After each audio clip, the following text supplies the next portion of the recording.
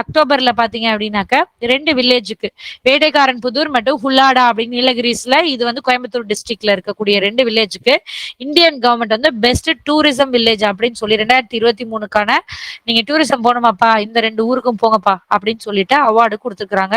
எந்த கேட்டகரினா France category. பிரான்ஸ்னா தமிழ்ல வெண்கலம் சொல்லுவாங்க. சரிங்களா? அந்த கேட்டகரியில கொடுத்துருக்காங்க. அப்ப இது இல்லாம கோல்டு கேட்டகரி வாங்கியிருக்காங்க, சில்வர் கேட்டகரி வாங்கியிருக்காங்க. இவங்க யாரும் தமிழ்நாட்டை சேர்ந்தவங்க இல்ல.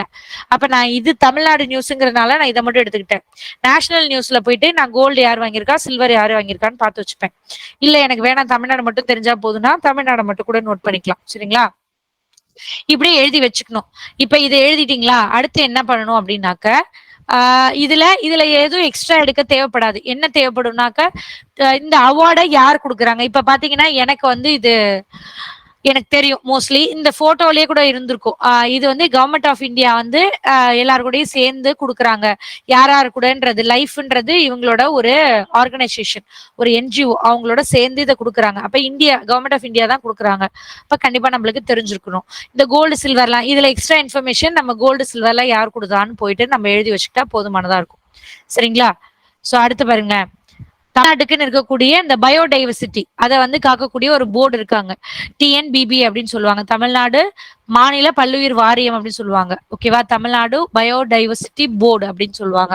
சோ இதை வந்துட்டு என்ன பண்ணிருக்காங்க அப்படின்னாக்க மறுசீரமைப்பு பண்ணிருக்காங்க, மாத்திருக்கிறாங்க ஆளெல்லாம். எப்படி இப்ப நம்ம இன்னைக்கு பார்த்தோம் இல்லையா, டிஎன்பிசில என்ன பண்ணிருக்காங்க, சேர்மன் போட்டிருக்காங்க.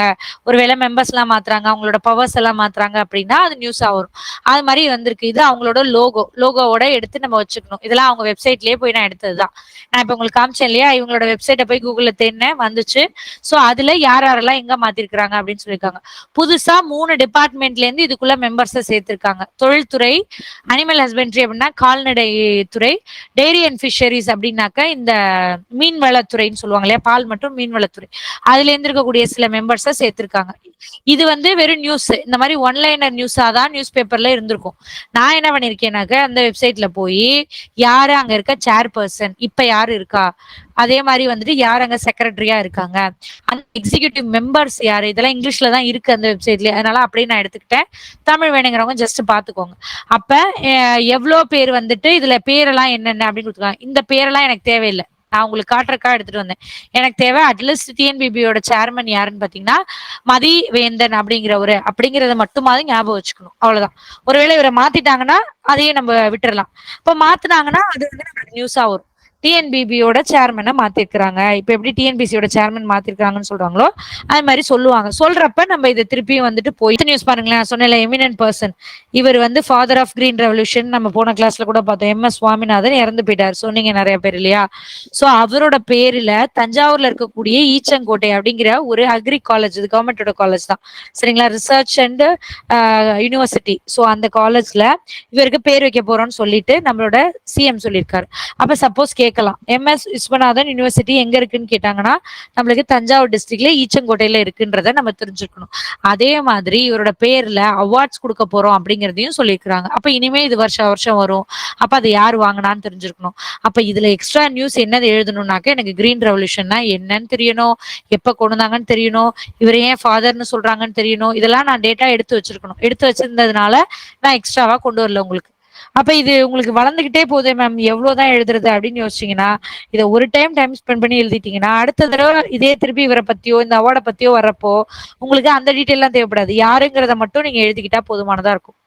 ஆற்றல், பசுமை ஆற்றல் சார்ந்து ஒரு தொல்லியல் சார்ந்த இடம் இருக்கு அப்படின்னா அது மகாபலிபுரம் தான். அப்ப ஃபர்ஸ்ட்னு வந்துருது.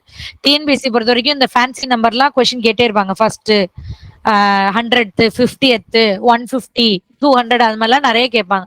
அப்ப இந்தியாலேயே ஃபர்ஸ்ட் ஏன் சொல்றாங்க அப்படின்னு பாத்தீங்கன்னா இது எல்லாருக்கும் தெரியும். மகாபலிபுரம் கடற்கரை கோவில் இல்லையா, இந்த கோவில்ல லைட் எல்லாம் போட்டிருக்காங்க. அந்த லைட் எல்லாம் எதை யூஸ் பண்ணிருக்காங்கன்னா சன்லைட். பகல்ல இங்க சோலார் பேனல் வச்சிடுறாங்க. சோலார் பேனல்ல வச்சு எனர்ஜியை சேவ் பண்ணி அதை யூஸ் பண்ணி அங்க இருக்கக்கூடிய லைட்டிங்ஸ் எல்லாம் யூஸ் பண்றாங்க. இப்ப கம்ப்ளீட்டா வந்து கிரீன் எனர்ஜியை யூஸ் பண்ணி இருக்கக்கூடிய ஒரு தொல்பொருள் இடம், ஆர்காலஜிக்கல் சைட் என்னன்னு பாத்தீங்கன்னா இதுதான். சோ அத பத்தி இங்க குடுத்திருந்தாங்க. அப்ப நான் எக்ஸ்ட்ராவா என்னென்னலாம் பாயிண்ட் வேணும்? அப்ப இது எங்க இருக்கு? இப்ப நம்ம தமிழ்நாட சேர்ந்தவங்க நம்மளுக்கு தெரியும். வேற ஸ்டேட்ல படிக்கிறாங்கன்னா அவங்களுக்கு தெரியாது இல்லையா? அப்ப இதோட பேர் என்ன? ஷோர் டெம்பிள், கடற்கரை டெம்பிள் மகாபலிபுரத்துல இருக்கு. தமிழ்நாட்டுல இருக்கு. இத கட்டுனது யாரு? 7வது செஞ்சுரியில நரசிம்மவர்மன் 2 கட்டியிருக்காரு. இவரோட இன்னொரு பேரு ராஜமல்லா அப்டின்னும் சொல்லுவாங்க. இது வந்து யுனெஸ்கோவோட பாரம்பரிய தலம்னு வாங்கியிருக்கிறாங்க. ஆல்ரெடி பேர் வாங்கியிருக்கிறாங்க. சரிங்களா? அப்ப இதுல சூரிய சக்தியை கொண்டு மின்விளக்குகள் வந்து பயன்படுத்துறாங்க அப்படிங்கறதெல்லாம் நான் எக்ஸ்ட்ரா நியூஸா எடுத்திருக்கேன். இது நியூஸ். நான் இது எக்ஸ்ட்ரா பாயிண்ட் எடுத்திருக்கேன். சொன்னேன் இல்லையா? அப்ப நான் இது நியூஸ் பேப்பர்ல பார்த்திருப்பேன். சோ அத வச்சு நான் உங்களுக்கு படம் போட்டு காட்டுறதுக்காக எல்லாத்துலயும் படத்தோட போட்டிருக்கேன். சோ நீங்க நோட்ல எழுதுறப்ப படம் போட முடியாது. ஒருவேளை நீங்களும் இந்த மாதிரி பிடிஎஃபா கிரியேட் பண்றீங்கன்னா, நீங்களும் இந்த மாதிரி வந்து படம் போட்டு வச்சுக்கலாம். அப்ப எப்போதுமே விஷுவலா பாக்குறப்போ நம்மளுக்கு நல்லா ஞாபகம் இருக்கும். சரிங்களா? அதுக்காக தான் இதெல்லாம்.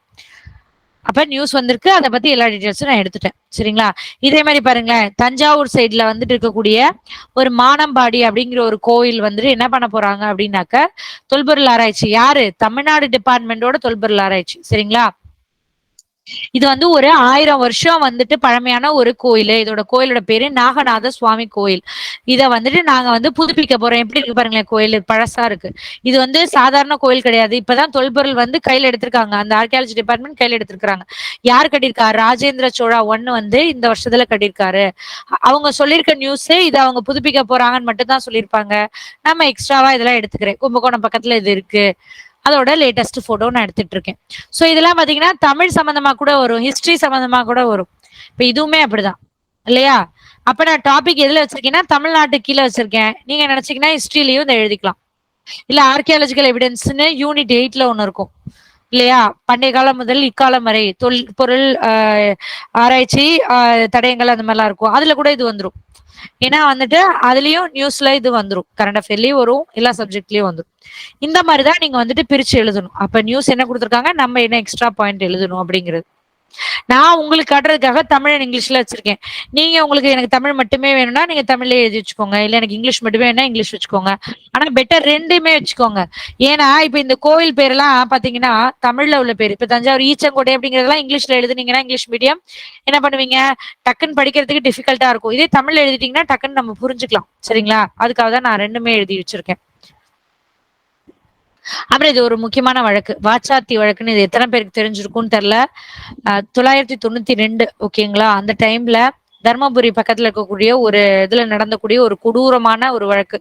சோ இங்க இருக்கு தர்மபுரி டிஸ்ட்ரிக்ட். டார்ச்சர் பண்ணி இருந்திருப்பாங்க. நிறைய பேர் இதுல இறந்து வேற போயிட்டாங்க. அந்த மாதிரி சூசைட் பண்ணிருப்பாங்க. அந்த மாதிரி இருக்கும். இத அடிப்படையா வச்சுதான் இப்ப இந்த படம் நம்ம வெற்றிமாறனோட படம். அதான் மேம் சொல்லலாம். இந்த விடுதலை படமும் இத பேஸ் பண்ணி தான் மேம். ஆமா, ஆமா. சூப்பர். அதேதான். சோ வந்து பாத்தீங்க அப்படின்னாக்க இதுக்கு வந்து ரீசெண்டா மெட்ராஸ் ஹைகோர்ட் வந்துட்டு எல்லா கிரிமினல்ஸும் வந்துட்டு கண்டிப்பா தண்டிக்கப்படணும் அப்படின்ட்டாங்க. இவங்க எல்லாம் அப்பீல் போயிருந்தாங்க. அதெல்லாம் பண்ணக்கூடாது. சோ ட்ரையல் கோர்ட் 2011ல என்ன சொன்னுச்சோ அதுதான் தண்டனை அப்படின்னு சொல்லிட்டாங்க. இது நீங்க பாடத்துக்கும் தெரிஞ்சுக்கணும். நம்ம ஊர்ல நம்ம நாட்டுல என்ன நடக்குதுங்கிறது ரொம்ப முக்கியமானது. சரிங்களா? இதுல யார் யாரெல்லாம் இன்வெஸ்டிகேட் ஆயிருந்தா சிபிஐ பண்ணிருக்காங்க, சென்ட்ரல் பியூரோ ஆஃப் இன்வெஸ்டிகேஷன் எத்தனை பேர் இருந்தாங்க என்ன அப்படிங்கிற மாதிரி ஜஸ்ட் தெரிஞ்சுக்கிறதுக்காக இந்த வழக்கு. இது நீங்க இன்ட்ரெஸ்டா இருந்தீங்கன்னா இதை பத்தி நீங்க போய் தெரிஞ்சு படிச்சுக்கலாம். தீக்கதிர் பேப்பர்ல எல்லாம் பாத்தீங்கன்னா இதை பத்தி நிறையவே கொடுத்திருந்தாங்க இது வந்த புதுசுல.